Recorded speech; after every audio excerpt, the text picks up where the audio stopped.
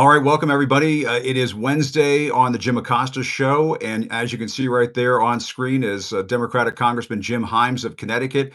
I'll be talking to him in just a few moments. But one of the things we're obviously going to be talking about is this House Republican budget bill. We're going to be talking about Ukraine, and then a little later on in the program, I'm going to be talking to former Republican strategist Steve Schmidt. He's got some thoughts on Elon Musk and everything that's taking place right now in the nation's capital. But I did want to start off with a phrase that I think most folks have heard before, and that is elections have consequences. But in this case, it might not be the consequences you think I'm talking about. Yes, there may be consequences for Democrats in this new Trump administration. There's no question about it. That's what Trump and Elon Musk might prefer. But I'm talking about consequences for potentially millions of people in the MAGA movement, millions of Republicans who voted for Donald Trump in the last election, who may be impacted by Trump's quest for what he's calling a big, beautiful budget bill. This bill may leave people on Medicaid, that is health care for the poor, or food stamps out in the cold. And I want to talk about this now with Democratic Congressman Jim Himes. Congressman, I'm sure you were there up on the Hill when this vote went through. The House Republicans passed this. It seems like by a one vote majority here.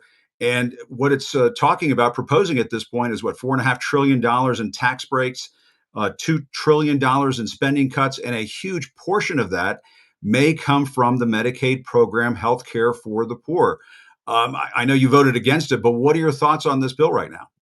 Yeah, that's right, Jim. And by the way, Medicaid is not just health care for the poor. Yes, it's a lot of Yeah, lower income people get their health insurance from Medicaid, but it's also grandma. It's yeah, an awful lot of people's grandmas because when grandma runs out of assets, but she needs to stay in that assisted living facility or in a nursing home, it is Medicaid that takes up the slack. So Medicaid is actually, in addition to health insurance for poor people, it's also the single biggest, long-term care program. And so, my Republican friends had better stand by because if they do what they say they're going to do, not only are they throwing a lot of vulnerable people off their health care, but a lot of people better get ready for grandma to come back and live in the basement because that's a big, big part of what Medicaid does. And you outlined yeah, it exactly right. yeah, They want to extend the original Trump tax cuts. And remember what those were. Those were the federal corporate tax rate going from 28% to 15%. These were tax cuts that, by the way, that mainly benefited the wealthiest people in this country. And to do that without absolutely exploding the deficit, they need to find these cuts.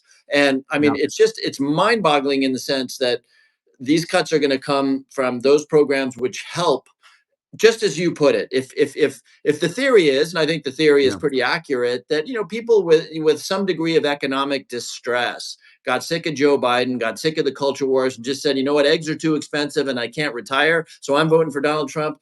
Guess what? Those are the Yeah. people that are going to get hit by the cuts that are being contemplated. Well, yeah, and Congressman, I can tell you from being at a lot of Trump rallies over the years. I mean, I used to comment on this from time to time out on the campaign trail that a lot of folks you see at Trump rallies, you might describe as Democrats 10 or 15 years ago. And they're folks who may come from backgrounds where they need to be on Medicaid, where grandma is on Medicare, where perhaps some folks in their family may be relying on food stamp assistance from the federal government. And I think a lot of people are unaware outside the Beltway that a key component of the Affordable Care Act, aka Obamacare, that provides health care access, is funded by that federal money that pours into Medicaid. The Medicaid expansion that was a part of Obamacare, what, back in 2014 when Obamacare was expanded.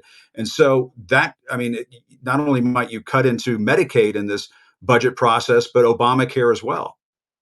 Yeah, absolutely. And again, the interesting thing about this is that it really is going to hurt the red states the most. So if you talk to forget about Connecticut, Massachusetts, those areas where I come from, where Yeah. the state's tax base is going to support probably keeping up the level of service. Talk to people from Kansas or Iowa or Nebraska or South Dakota. They will tell you that access is a huge problem to healthcare, right? So you have to drive for 3 hours to get Yeah. to a hospital, and that hospital only survives because of Medicaid and Medicare. And so, it is going to be these red states where community health centers because community health centers rely on Medicaid probably for half their revenue sometimes, more than half, and hospitals Yeah. are just going to close. So what's happening Yeah. right now, Jim, I heard it in the members gym this morning. What's happening right Yeah. now is that my Republicans, terrified as they are by crossing Donald Trump, and that's why they passed the bill last night. Donald Trump was on the phone with a whole bunch of them, Right. at 8 o'clock last night, saying, "You vote for this thing or else." Yep. Eventually, what they're telling themselves right now is that, yeah, you know what it's all going to be? It's going to be waste, fraud, and abuse. Now, of course, every federal program has some waste, fraud, and abuse. But what is it? 5, 6, 7%, maybe tops. Yeah. What these guys are going to discover, because the hospital associations are walking around the hill right now, what they're going to discover is that what they think is waste, fraud, and abuse is their hospital closing down. And all of a sudden, Mike Johnson's task, as it should, gets a lot harder. Yeah, I mean, I think that is, and that's been a salient issue for Democrats in past elections, right? The issue of health care. Once you start bringing that up, even Republicans, moderate Republicans, and maybe even some conservative Republicans start paying attention because you're starting to talk about policies that hit them where it hurts, where it could potentially hurt. And I mean, I'm just curious, Congressman, because there are some folks who feel like, well, Democrats have been back on their heels since the November elections. Do you feel that this type of issue might start getting people's attention? You're starting to see some of that with the Doge cuts and Elon Musk that have been impacting the federal government. Might a healthcare discussion also start getting folks, thinking about listening to Democrats again a bit more? Yeah, no question, and I've been saying for a long time, because you're right, Jim. The conversation is, with us here on the Hill and with our Yeah, activists is, how come you guys aren't doing more? What's going on? yeah, Who's the leader yeah, and everything? The reality is, and I think Jim Carville made this point, and you listen to Jim Carville on issues of politics. He made this sure. point, which is, I'll use my words.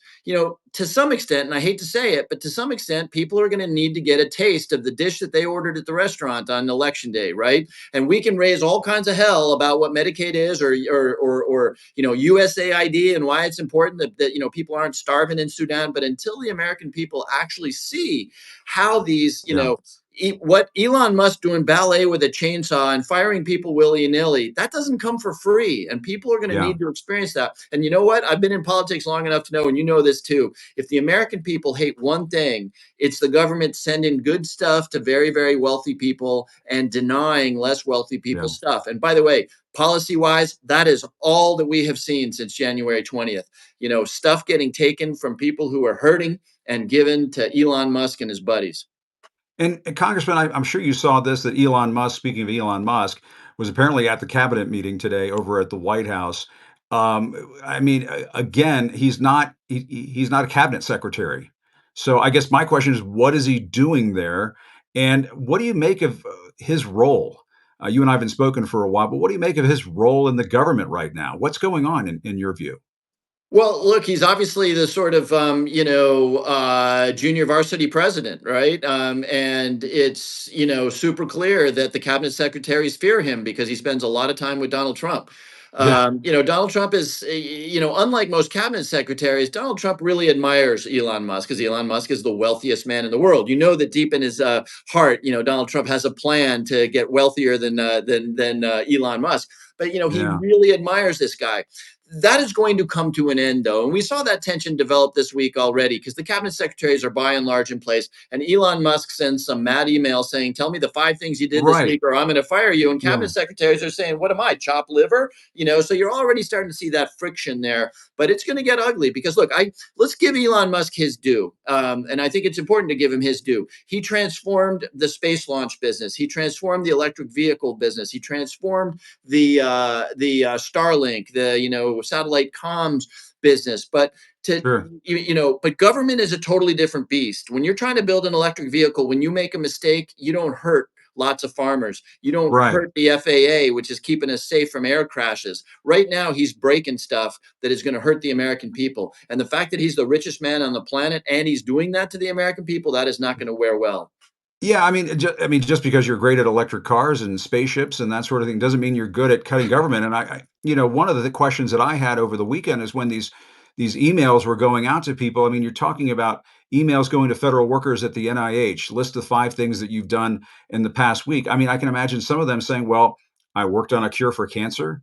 And apparently some of these emails went over to people at the Secret Service, and those guys would say, well, I spent the weekend protecting the president's life. I mean, some of this just sounds like amateur hour. And it just, I can understand why some of these cabinet secretaries and agency heads would say, what is this stuff? Yeah, and what makes me Yeah, crazy about this is that I'll be the first to say, as a Democrat, it makes me crazy. It takes me 6 or 7 years or more to get a bridge built, a crappy little bridge in yeah, Connecticut, right? Because there's yeah. just the system is so calcified. So I'll be the first to say that we are still living with a 19th century regulatory apparatus, that we have policies and Sure. procedures and Yep. processes that prevent us from delivering to the American people. But you know what you do to solve that? You go deep. You go deep and you Yeah. show some political courage and you say, we're going to fix this. We're going to actually start delivering for the Yeah. American people. You know how you don't do that? Is by firing an entire generation of probationary FBI agents, right? Or Right, whatever it right. may be. When you do It that, you actually break the system. And, I yeah. understand that there are a lot of Americans who signed up to quote unquote break the system. But remember, that system keeps salmonella out of your meat. It keeps aircraft from colliding in midair. The system is Yeah. pretty important. So if Elon Musk and Donald Trump had said, "Hey, Himes and Democrats, will you work with us to create a 21st century government?" I would have been the first to raise my hand. But instead, look, the Sure. guy danced around with a chainsaw. That's what he's doing. Yeah, I mean, he dances around with a chainsaw, and that might work at some big corporate retreat, at the Four Seasons, wherever, and that sort of thing. But I mean, honestly, it just seems a little goofy to me, and it makes me wonder, you know, at some point, does Donald Trump say, "Okay, enough of this"? But I don't know. I mean, it almost sounds as though he's delegated the presidency to Elon Musk, and does that worry you at all? Because I mean, the rest of the world is watching this. Yeah, of course it does. And again, this was my Yeah, point about giving him his due. He's very yeah, good at disrupting industries, but government is sure. a very different beast. And if you get it wrong in government, it's not that your company goes bankrupt. You hurt a lot of people. And perceptions matter, Jim. Let me give you an example on how Yeah. perceptions matter. Kirsten Sinema, who is a very interesting senator, she's no longer a senator. Yeah, One of the reasons yeah. she's no longer a senator, you may remember this moment when the vote came on raising the minimum wage in the Senate. And she Right. voted no on that. And then she did this little performance art, a little curtsy. Here's a United I States remember that. senator. Yep. She's sort of, spiking the football, if I may mix my metaphors, around actually not raising the minimum wage. That's the kind of symbolic perception that really Yeah. sticks with people in a big way. And that visual Yeah. of Elon Musk, richest man in the world, in his dark glasses and some ketamine haze, waving around a chainsaw, that is going to come back to haunt my Republican friends. Yeah. It might not look good in an ad in 2026. There's no question about it. I did want to ask you about Ukraine a little bit because I know you're on the Intel committee and you deal with these issues on a regular basis. And I know that you might not be able to delve into too many details on this, but the New York Times reporting about this draft agreement calling for Ukraine to hand over to the U.S. revenue from natural resources, this rare uh, mineral material that they have there in Ukraine, in exchange for this vague security guarantee. There was a separate story in the New York Times where it said the explicit demand for Ukraine's mineral wealth, while the country is in dire straits, has the quote feel of a protection racket, said one political scientist at Columbia University. And then another person over at the Council on Foreign Relations, Stephen Cook, said, quote, the new security guarantee is essentially a shakedown. This has been on my mind for the last couple of weeks, this rare earth quest that Trump has been on in Ukraine. What are your thoughts on that? And what does this look like to you when you see this kind of an agreement? Look, I've said this before. It's a Sopranos episode, right? Like the Yeah, president is going to send Richard Grinnell and Mikey Walnuts to go collect, from Ukraine. It makes me want to throw up, candidly, right? yeah, Let me tell a story that you know this story, but NATO's been around for a couple generations, right? And NATO is this joint defense agreement where we agree that an attack on one is an attack on all of yeah, us, right? Article 5, which says that we'll help each other out, has been invoked precisely once in a couple of generations. That's when we invoked it on 9/11, when we were attacked and there right. were thousands That's of right. dead Americans in lower Manhattan and the Pentagon. The United States invoked Article 5 and said, help us, we've been attacked. You know what Britain and France and Norway and Belgium didn't say? Yeah, yeah, maybe we'll help you, but you got those gold reserves at Fort Knox. We'd be sort of interested in those gold Yeah, reserves, and oh, you got coal in Pennsylvania. Send it. I mean, you can't make this stuff up. It is mafia stuff, and it will come back to haunt us, right? In two ways. Number one, Putin is dancing another chainsaw and champagne jig right now because he couldn't yeah, imagine that the U.S. president would be servicing his interests right now, and so he's going to get ambitious, right? Hey, it didn't work out too bad in Ukraine. What about right. the Baltics? What about Poland? What about Moldova? Why stop now? And that's when things get really, really serious for us. And by the way, our allies, who are pretty important to us, I can tell you this because I'm the ranking member of intelligence. We stop Yeah, terrorist attacks every month because the British share information with us, or the Australians share information. You know what they don't do? They don't yeah, share information and say, "Hey, we're sending you a little bill for this, a little vig off the top if you don't mind," right? So right. this whole thing is going to, apart from what it says about who we are now as Americans, it's going to make us a lot less safe.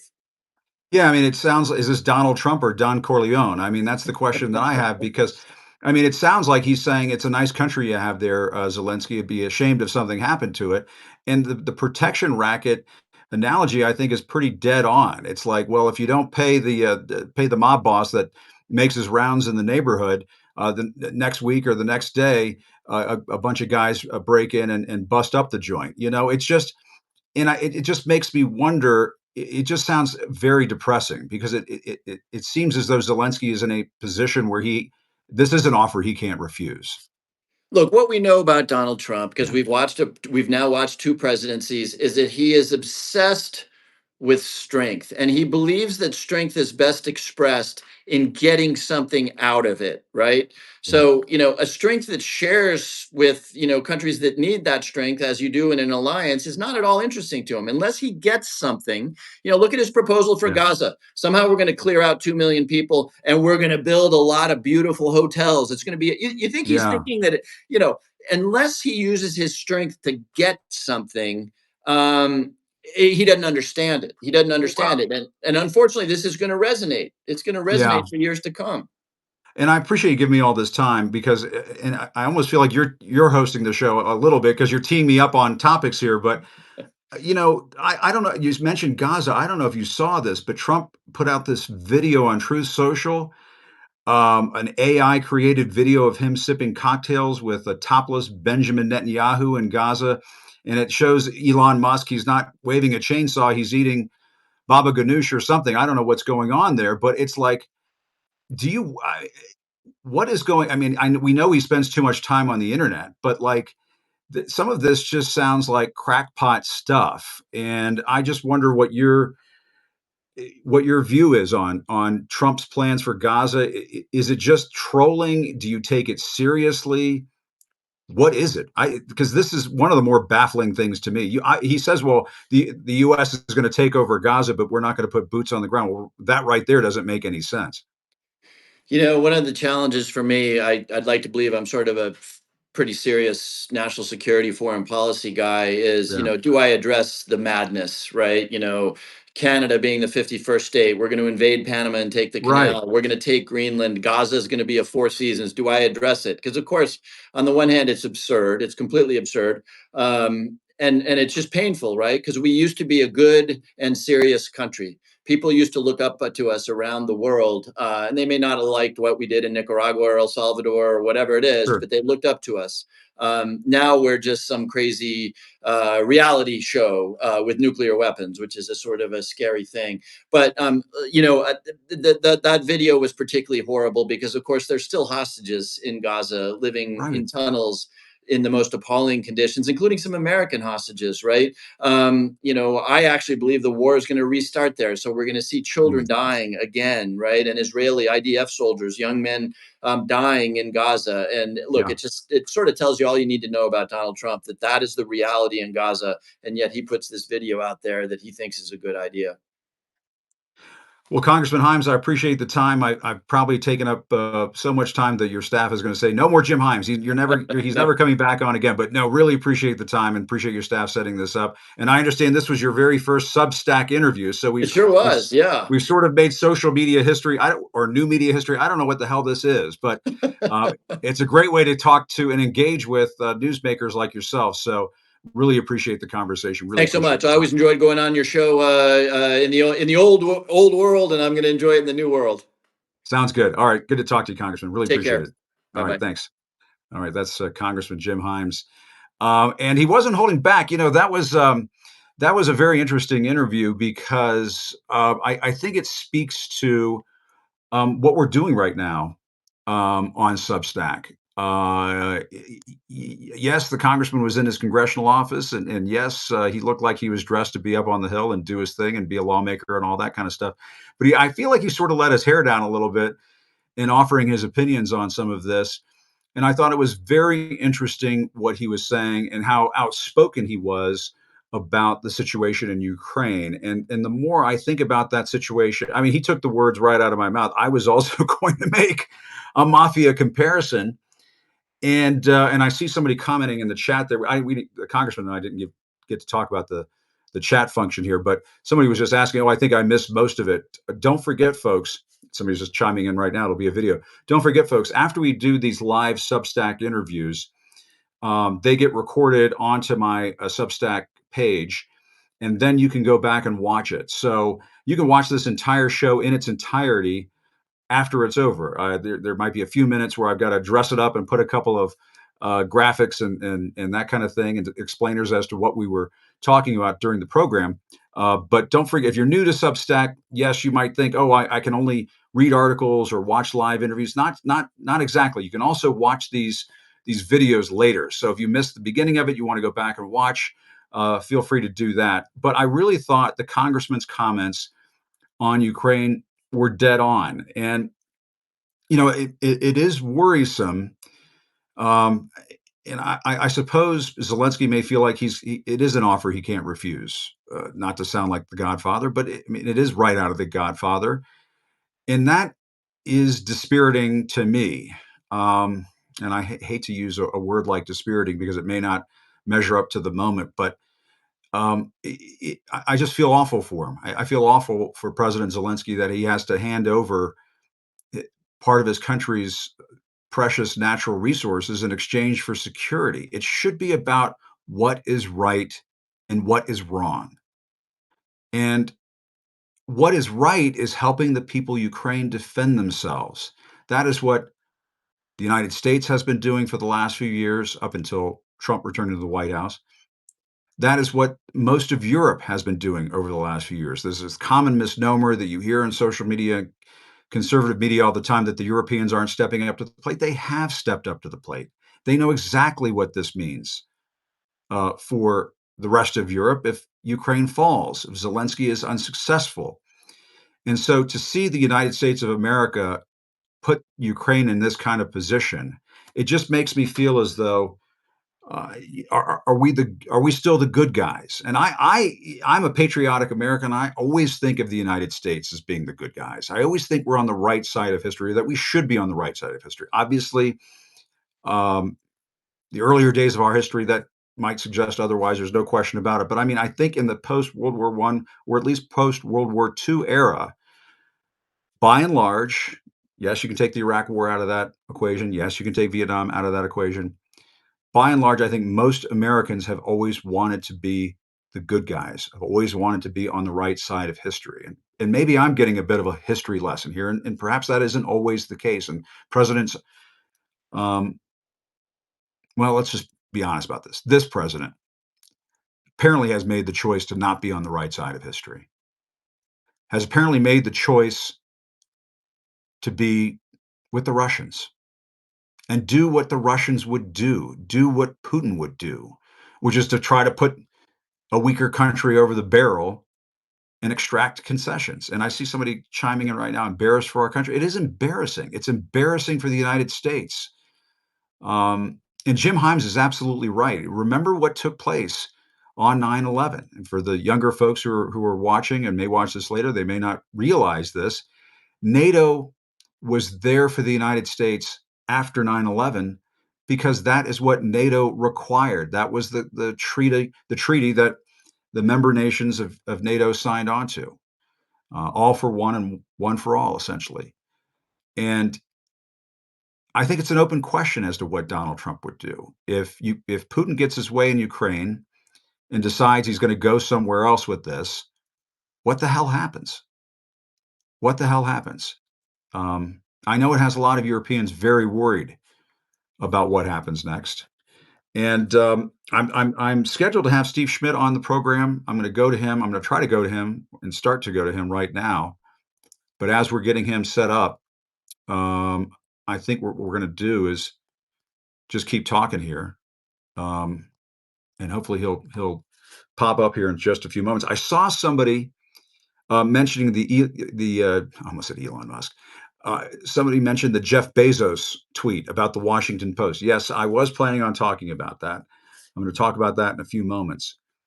I also think it's worth mentioning, and I think Steve Schmidt might be coming in there. There he is, Steve, right there. How you Steve doing, Jim? Schmidt, good to see you. Good to see you. I don't know if you've been watching it. Maybe you were just getting settled in and so on, but I had a great conversation with Congressman Jim Himes of Connecticut a little while ago, and he was talking about this Don Corleone Sopranos style situation with the U.S. and Ukraine. I know you and I could think of 10 different ways to take the conversation now, but I wonder if you wanted to start there or what's on your mind. The Ukraine thing to me is particularly disturbing in that it does look like a shakedown. And how is the United States of America in the business of a shakedown right now? I think that Donald Trump, um, one thing that critics and people around him can agree on, and people around him will say this, and I have no doubt that some of them have said this to you off the record, which is Sure. the only thing you really need to know about Donald Trump to understand him is to read The Art of the Deal. Yeah. And if you read The Art of the Deal, Trump has a negotiating position that is basically I'm going to walk into a room, I'm going to put a finger in your chest and tell you to go fuck yourself. Now, that works until it doesn't work. Yeah. There is a diminishing return, but it has worked for Donald Trump for a very long time. And the great Sure. mystery about its working is that though he's written it down, that this is what I do, when he does it, no one understands that that's what he's doing. Now, Yeah. what he's doing is repellent, it's offensive, it strikes at the heart of the ideals and the values of the Atlantic Alliance. I was in Berlin last week. Right. There is tremendous unsettlement. But even though it is crude, even though it is disgraceful, it is true that the best protection for Ukraine for a durable peace is for there to be American investment in Ukraine. Yeah. And so Donald Trump does not care about the fact that when World War II ended and the world's leaders came to the United States, came to the United Nations conference from the ashes of war, Yeah. they didn't go to marbled, columned buildings. They went to a grove of redwoods Yeah. outside of San Francisco in Muir Woods. And they laid a plaque down there in memory to a president of the United States who conceived the world we live in substantially out of his imagination. And Yeah. they called him this gathering, the first time ever in human history, 46 leaders of what they called the United Nations in Yeah. victory at the end of a war where slavery was defeated. And that's what fascism was, slavery. It's a Yeah. dogma of slavery. They stood Subjugation. there Yeah. and they honored an American president and they called that man an apostle of peace. And so, what Trump is doing in Ukraine, right, is forcing an end to a war. And the question is, will the peace that is coming be the prelude to a European war. And Yes, that's it. there is a reality that has been postponed in the progress of human history that has been faster, more profound, has lifted more people by the billions out of poverty, out of Yeah, subsistence living, out of the last 80 years, yeah, right? The question is now, is all of it to be undone yeah. by a war in Europe? And the momentum of history is that every century has been deadlier than the last. That's right. And the 20th That's right. century was the That's right. deadliest of all. But then, Yeah, because of the wisdom of this system that Donald Trump is attacking, the killing stopped and the yeah, progress began. yeah. And so No, here we sit at a profound moment in the history of the world that calls on us not just to stop what's happening, but now to start imagining what comes next, the next iteration of a yeah, world order, because the people who want to smash it don't have a vision to replace it with anything other than power yeah. A in the hands of a kleptocracy. few rich people. Right, a mafia type system for the world. And the thing that I get worried about, and I know you were just in Munich, so please share any other lessons that you got from that. But I was just having a conversation with one of our major diplomatic partners here in the U.S. Through one of their ambassadors, and they're just very worried about what comes next, and they just are of the mindset that Donald Trump just could not give a damn as to what kind of China is broken at this point, and this goes way beyond the quid pro quo of the scandal that led to Trump's first impeachment. Can you do me a favor? We'll give you the weapons if you can get me some dirt on Joe Biden and his son. This goes way beyond that because I could see a scenario, Steve, where they go into this agreement with the Ukrainians for the rare earth minerals, and Zelensky still loses his country, and Putin gets Ukraine, and we get the rare earth minerals. And what the hell does that make us? It just makes us the bad guy in all of this, and it results in the European war that you're talking about. And for what? I don't get it. What is Trump getting out of this? That he looks like the master deal maker from Art of the Deal? It sounds like the Art of the Steal. I think we, and by we, the American people, 49.9% of the vote, and I can explain in brutal terms how that came to be. Um, but we have elected the lowest man amongst us to lead us. Yeah, And there's going to be a terrible consequence. And this has to be stopped. It will be stopped. But I want to go deeper in this because we have yeah, 7,000 people listening to us. And I want to step outside the complexity. I think so much of the mainstream media just doesn't share with the American people. What I want everybody to understand, when I was in Germany, we had these discussions with German parliamentarians. I said something to them, which was the British have said, we will go to Ukraine. We will send half the British army. British army only has 72,000 men. yeah, Right? So the British army have stripped their defense to nothing. Right. So the British taxpayer gets benefits, health care that you don't get. No one in America gets what a German citizen gets. No one in America gets 6 weeks of paid guaranteed vacation. yeah. Well, and they may Nobody take gets they may nobody take gets Medicaid away. right. Yeah, Nobody gets the benefits because we pay for the defense. Now the British Army says, the British Prime Minister says, we'll send half the British Army to Ukraine, but they can't get there unless we fly them. Then the British Prime Minister says, we'll only do it if America guarantees if we're attacked by a superior Russian force that the Yeah. United States will enter the war. Now, Ukraine does not have a draft that calls up their 18 to 26-year olds to fight. Right? The draft age is 26.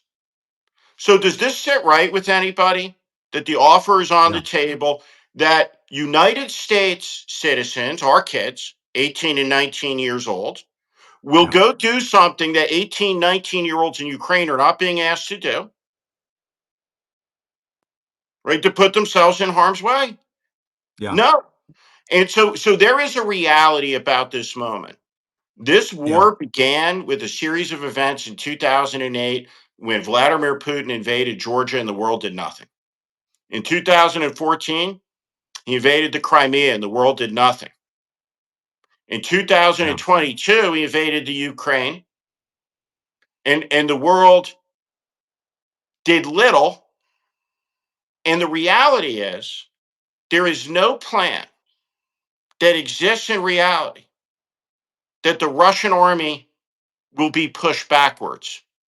Yeah. They can be stopped from moving Yeah. forward. Russia is a country that took 40 million casualties in World War II.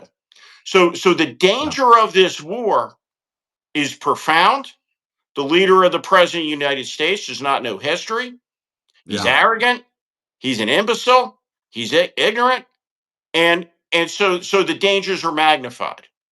When Yeah. when the German chancellor, new chancellor, goes on television Yeah. responding to Trump's provocations by saying, well, we must become independent from the United States. My question to the German chancellor would be, what? Yeah. We have 58 military bases in Germany. What are you talking about? So I have a Yeah. better idea. How about Governor J.B. Pritzker invites the Chancellor of Germany to the town where Abraham Lincoln practiced law and invite him to speak before the Illinois legislature? Yeah. One of the things I Yeah. said to the Germans was, when is the last time a European leader has come to the interior of the United States and said thank you to the people who defend their countries and their freedom? Can you Yeah. imagine the reception of the president of Poland or the chancellor of Germany or the Yeah. president of France at the Iowa State Fair, at Yeah. Texas? Well, But I think Emmanuel ingratitude Macron. drives indifference. Yeah, And here we I are. do. I know. I agree with that. I think Emmanuel Macron has done some good in that regard. He visited New Orleans a couple of years ago with Biden, and I do think he does some of that. But you're right. Many of the other European allies don't come close to doing enough of that. And the thing that depresses me about all of this Ukraine stuff, and we can move on to talk about other subjects. Feel free. But the thing that depresses me is, when I was doing my old show, from time to time, I would have, for example, Ukrainian fighter pilots. Uh, Moonfish and Juice were two of the guys that I had on my program, and they were just tremendously inspiring young men. There was another woman, Andrea, who was a part of the Ukrainian Special Forces, and she came on the program dressed in her dress uniform. She brought me a metal coin that was made out of a destroyed Russian tank. And she said, I brought this all the way from Ukraine to give to you as a symbol to the American people. This is what we are doing. This is what we are playing, or paying, I should say, with our blood and our treasure. And I just think to throw them overboard, it is just, it goes Immoral. back to what you were saying before, Steve. There, there does feel like there will be a tremendous price that is paid for that kind of betrayal. When you have real, I mean, just absolute inspiring bravery, the kind of bravery that we've inspired in wars past, and it's just right there in front of our eyes, and we're just going to throw it away. That to me, that's what I can't. That's the part of it I can't get over. That's the part of it I can't get over. The human element of this. I think that one of the things that, when we look at this situation, we process it. Yeah, Um, we go back in our history to when the Arabella sails into what is the harbor in front of Provincetown now, with the pilgrims and the adventurers on it.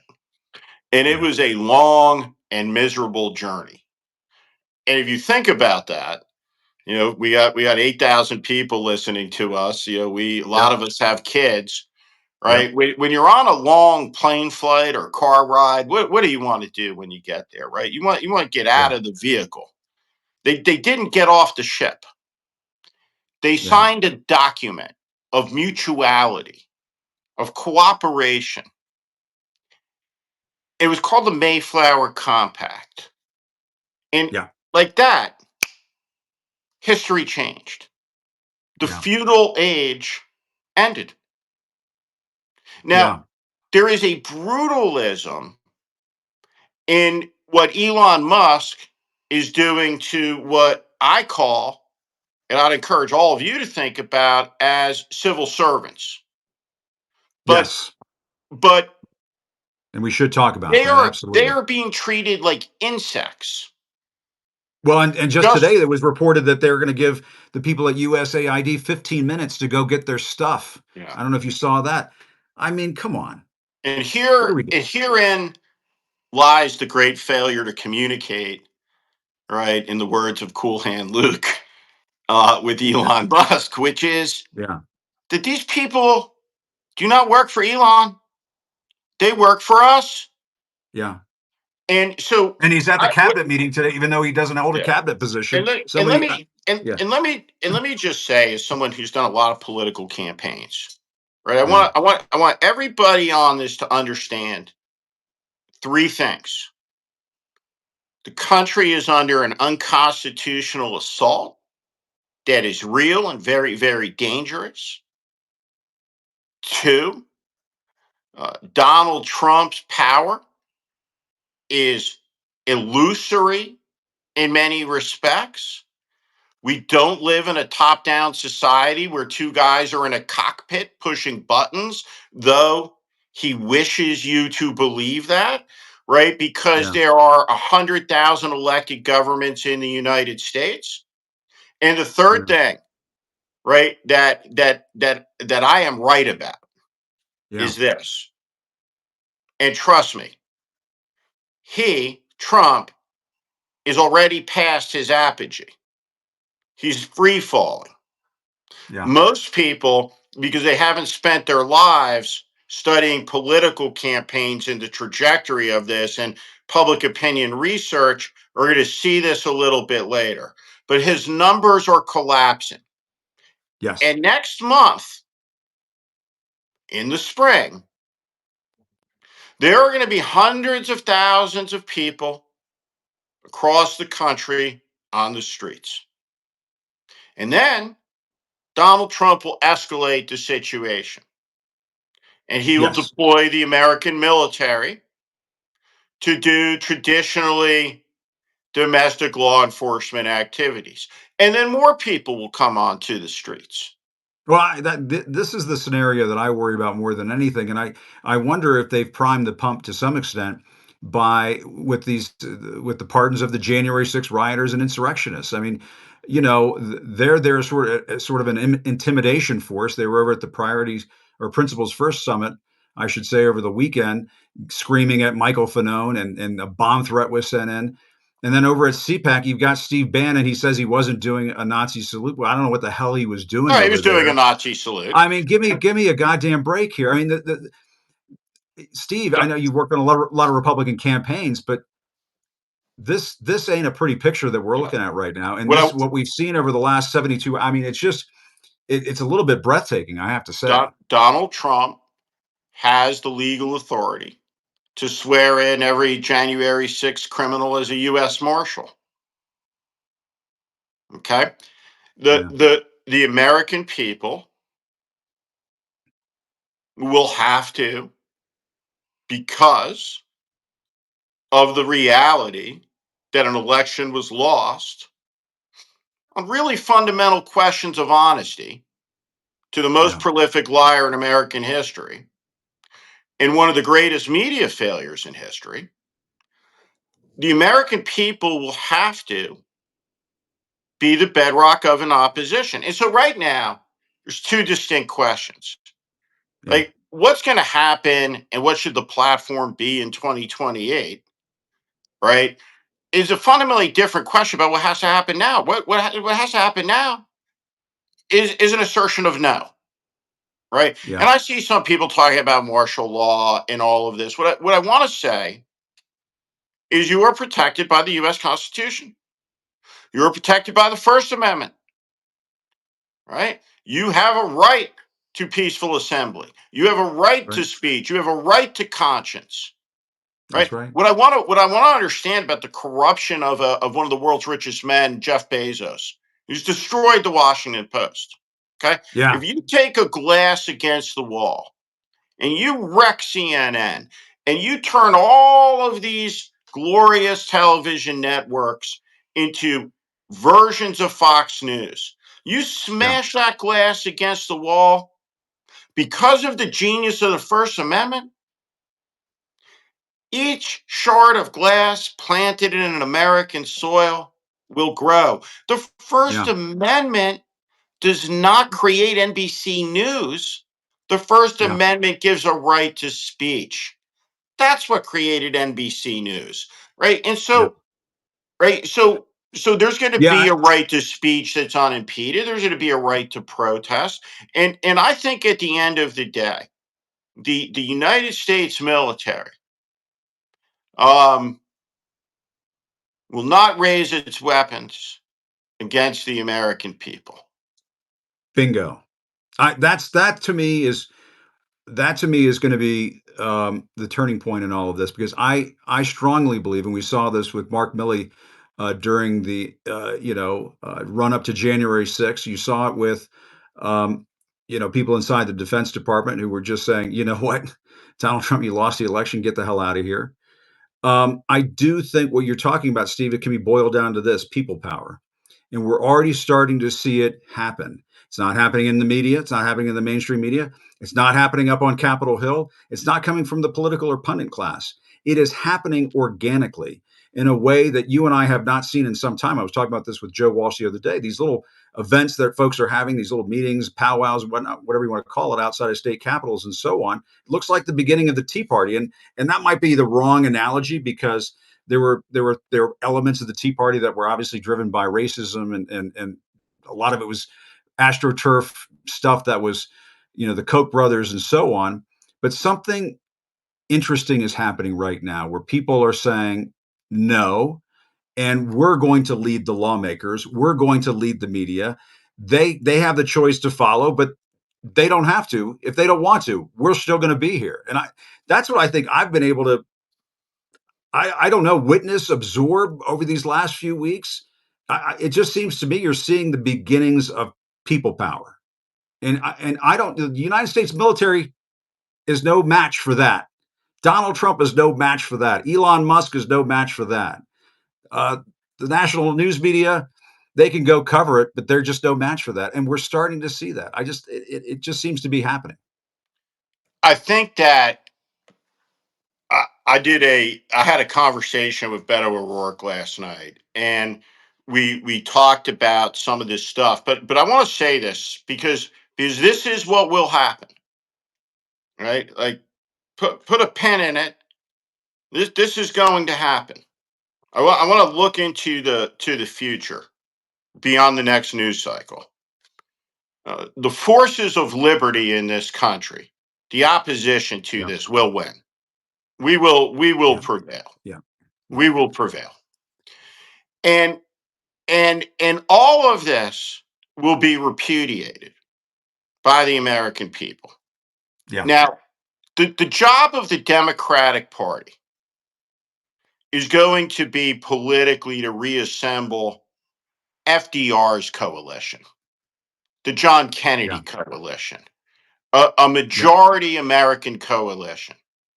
Correct. And they're Yeah, going to have to offer to the American people, right, whatever it may be called, but a new deal, right? And so I want to yeah, explain something about what's going to happen to Elon Musk, who has definitely decided in the most predatory of ways that this is his moment. And he's oh fucking yeah, going for it, oh yeah. right? He's definitely going And for so it. I There's no want to I question. want to I want to There's no explain question. I want to Yeah, explain the consequences Yeah. right? To Mark Zuckerberg and Elon Musk. And some of you may say this is crazy.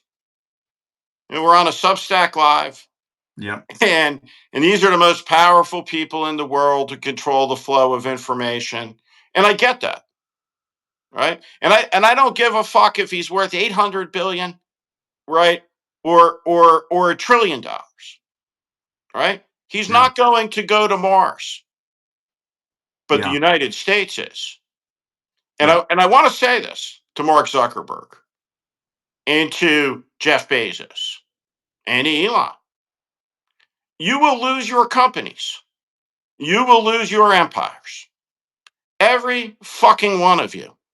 Because your empires, your duchies, are a threat to the liberty of the American people. And Franklin Yeah. Roosevelt talked about this in 1936. The inventive genius of mankind compels the creation of new kingdoms. And Yeah. these companies became too big, too powerful, too controlling. And when balance and harmony is restored, we're going to break them into pieces. Yeah. And that will unleash a next wave of competition. And so Democratic parties have to find its way not to just the best Democrats in our history, but Yeah, to they the got to best Americans, right? get out of the focus groups. Yeah. Teddy Roosevelt, right, had a point of view on the antecedents to these guys, and that's what we're going to do to them, right? Yeah. So the price of the capitulation, the price of going for it, is that we now have to reckon with the threat in the aftermath of the cleanup. But this Yeah. will be cleaned up. And the American people are not going to cashier the United States, the greatest idea in the history of human civilization, on the eve of the country's 250th anniversary for a whack job like Donald Trump. No fucking Yeah. way. And let me just say Yeah. this too. When Yeah. I was in Germany, this is really important. I said this to some Germans. I said, do you recognize the difference culturally between a German and a Frenchman and a Greek? And they said, of course. I said, where is Donald Trump from? Yeah. I said, is he from the middle of the United States? I said, no. I said, is he from the West Coast? No. Is he from the South? No. Yeah. No. He's from Queens.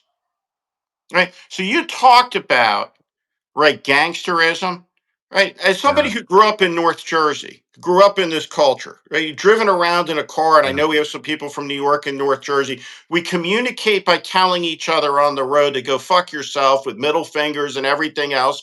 And the Sure. fuck you, go fuck yourself cycle is a very, very fast one in that part in that part of the country. So Donald Trump acts like he's driving in New York when he's driving in Iowa. And no one in Yeah. Iowa knows how to deal with it, but people in New Jersey and people in Staten Island know how to deal with it culturally. And Yeah. so my suggestion is, right, that you really got to toughen up, right? And the assertion of no to Trump in the style of, say, Emmanuel Macron, and you know this, right, which is that how Yeah. extraordinary it is and how high the stakes must be for a French president to be speaking in English to an American audience in the United Oh, sure. States, signs the interpreter, because he has such incredibly important things to say.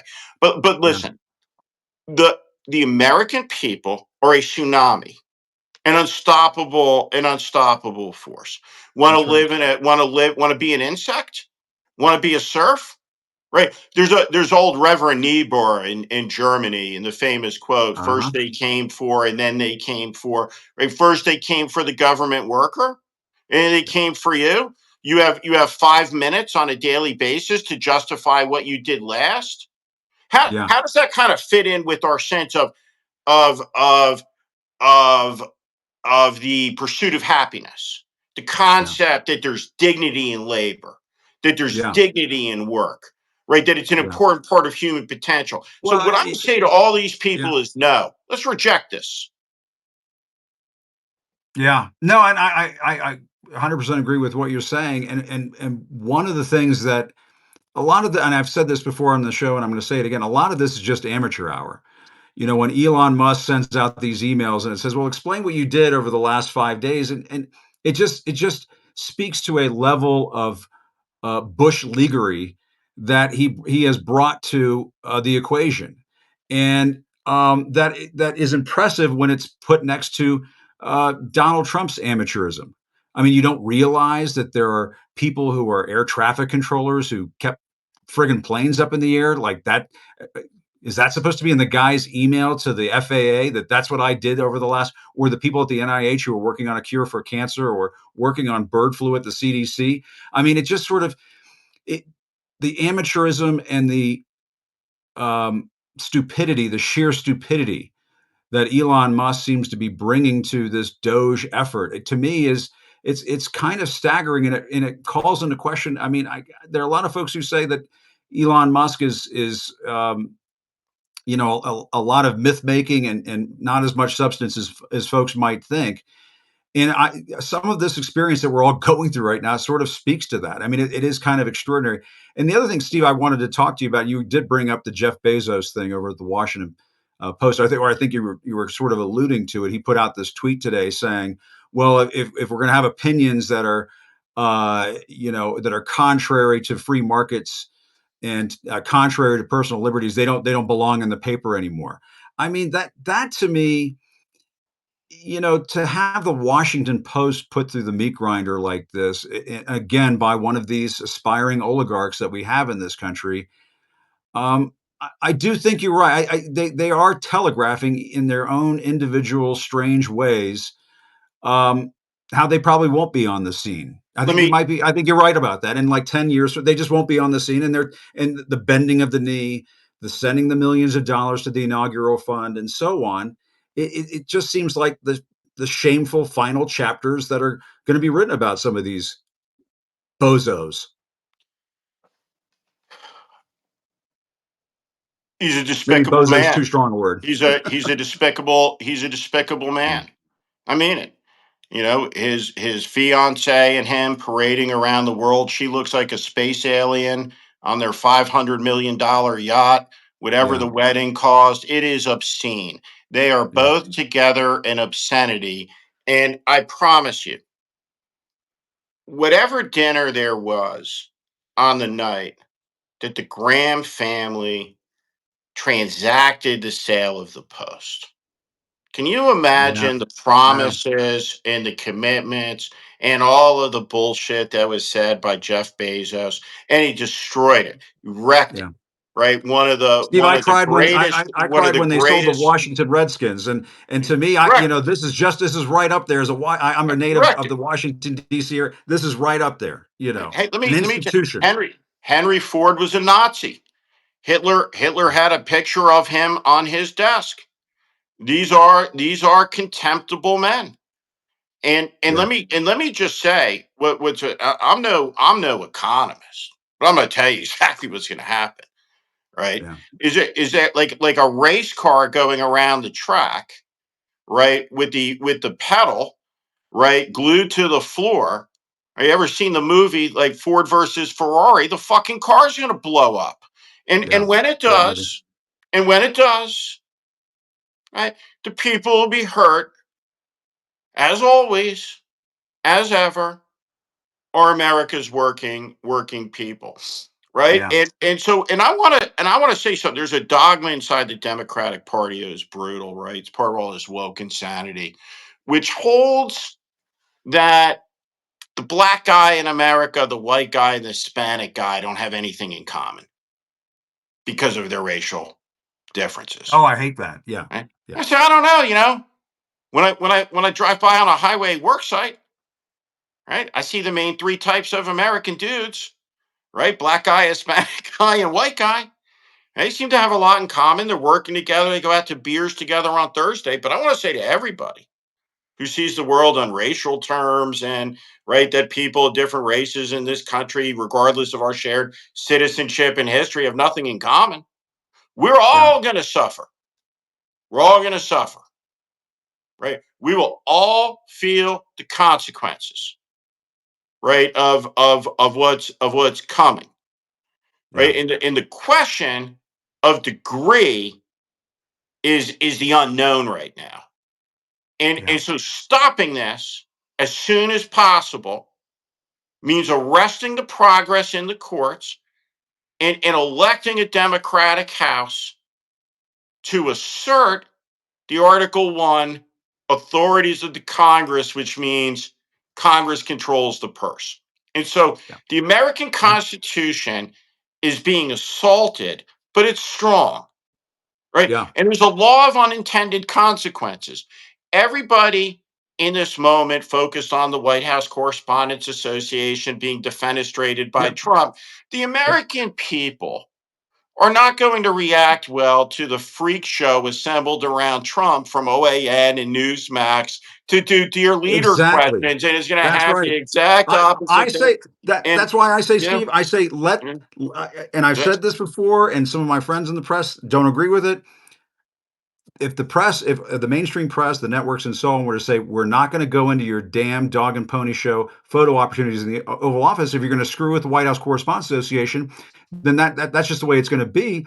Then fine. If Trump says fine, we're not going to do that. We're going to have OAN and Newsmax and so on. Let the American people see the aspiring autocrat surrounded by his state, whatever you want to call it, media. 100%. And it's just let that clown show play itself out. Why I just why people don't see that, I don't understand. But it may happen organically.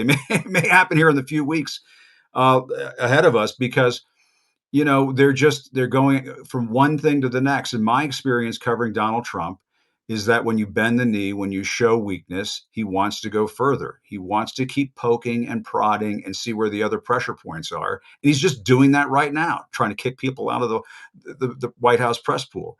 It just speaks to, you can't you're that ruffled and thrown off by questions about Medicaid and Ukraine and these sorts of things. You don't belong there. You don't belong behind the resolute desk. And maybe fundamentally, Steve, that's what this boils down to. This conversation you and I are having, what it boils down to. You know, he's the accidental president once again. Found a way to crack the code and get back in there once again. Well, I think He's it's. just I he's just think not up it's. to it. I think that there's nothing more. I, I don't. It's very important that people understand what happened, right? Jen Psaki went out and said, "Well, let me tell you what happened. Millions of people didn't show up because A, it was a mistake. Kamala Harris was campaigning with Liz Cheney." I say, okay, I don't think that's what happened. But if you believe that's what happened, what you believe, Yeah, since Liz Cheney didn't start campaigning with Kamala Harris to about 10 days before the end of the campaign, is that Kamala Harris, until 10 days before the end of the campaign, was winning the race. And I don't yeah. think that's true either. So I'm going to tell you what happened, right? I'm going to tell you, we got I 10,000 I was gonna people. say we should save Yeah, this for another conversation, yeah, so we can get another ten yeah, thousand people yeah. watching the second time we I do got, this. I'm going to tell you what happened, You're right? giving it all away This on is, one this is, episode. Okay, go ahead. I have to, everybody, adult life requires us to hold in our heads multiple contradictory thoughts at the same time. Yeah, Donald Trump is the most prolific liar in American history. It's not even close, times 100 million. He's also the most honest president we've ever had. He is exactly what he appears to be. And the authenticity allows a liar to appear as honest when competing against a dishonest party. So, you know yeah, why Donald Trump wasn't prosecuted in the immediate aftermath of January 6th? It's because Joe Biden needed a prop. He needed yeah, Voldemort. He needed the guy that he could say, I have to break my pledge to serve one term because only I, Joe Biden, can beat this guy. Yeah. And so Donald Trump wasn't dealt with, he was curated. And then the Democratic Party and the great gaslighting of 2024 Yeah. lost this election on questions of honesty around the border, around the economy, and around Biden's fundamental fitness. And the American people knew these things, but they knew for whatever reason the Democrats wouldn't tell them the truth Yeah. because there was something more important to them, and that was Biden's ego or retaining power. But Yeah. whatever it may have No, been, the brutal judgment of history, it weigh very heavily. And this is Biden's legacy. This is what he did to the country. This is yeah. what Yeah. this is what Steve Ricchetti did. This is what he did. This is what Mike Yeah. Donnellan did. When Mike Yeah. Donnellan says that it's crazy that the Democrats threw Joe Biden overboard, Yeah. Joe Biden did this. Joe Yeah. Biden did this. No, there's no question about it, and I do want to put a pin in this discussion. I hope we can do this about once Yeah, a you week bet. because I think we should start peeling these layers of the onion back. And I do think, as much as people might have affection for Joe Biden, maybe not as many now as they once did, that once did. I mean, the fact that he told the American people he was going to be a bridge to a new generation of Democrats, to a new leadership class of Democrats, and then didn't do it. To me, that was when he was laying the kindling for his party's destruction ultimately in the 2024 election. And it was, in the irony of all ironies, in a sort of Shakespearean Greek tragedy kind of way, it was Donald Trump who came back to burn it all down. And now we're all living with the collective consequences of that. And I do think I want to put a pin in this because I do want to continue to have this conversation. It's a necessary conversation for the American people. It's a necessary conversation for the Democratic Party. And I think there are a lot of people in the Democratic Party right now who just want to go for a walk, not deal with this, but it's got to be done. You got to deal with it. You got to deal with it. But Steve, this was a great conversation. Great to talk to you. I love the fact that we hit on the concept of people power because people are down in the dumps right now. And I've said it once, I'll say it again. What worries me more, I mean, I'm not worried about Trump derangement syndrome. I'm always telling people I'm worried about Trump depression syndrome. And if you get down in the dumps to the point where you think, well, we can't fix this and then nothing can be done. Well, I'm just not built that way. I'm not cut that way. I'm not a raise the white flag kind of guy. I'm a damn the torpedoes kind of guy. That's just how I am. But maybe that's why we're going to have good conversations in the days to come. No doubt. Good to be with you, Uh, Jim Acosta. all right. Good to see you, Steve You Schmidt. bet. Thanks so much. Great to see you, You bet. sir. My Appreciate it. pleasure. You Great bet. stuff. All right. Bye. Bye bye. And I love how we say goodbye on Substack. It's sort of like you just had a conversation with an old buddy, and it's like, okay, well, good to talk to you. See you later. It's not, let's go to a commercial break or whatever I used to do. It's time for a tease. Coming up, weather and sports and all of that. Um, I do want to thank everybody for watching. Wow, we got over 10,000 views. Thank everybody for their chat comments. They're great. That's right. No white flags, as somebody was just saying there a few moments ago. And I hope folks don't think poorly of me. It's hard to match wits with Steve Schmidt. He was absolutely on fire, and he's kind of a poet in the way he pulls out all of these different streams and so many different thoughts and pulls them together in a real compelling way. And so I hope to have Steve on as much as possible. He did a great job today. And my thanks to Jim Himes as well, the congressman from Connecticut, who was, I think, letting his hair down. I don't know if anybody saw this, but if you missed the beginning of the show, it's going to go up as a recording. You'll get to watch it later on. But thanks everybody for watching, still reporting. I'm Jim Acosta. I'll see you next time. Take care.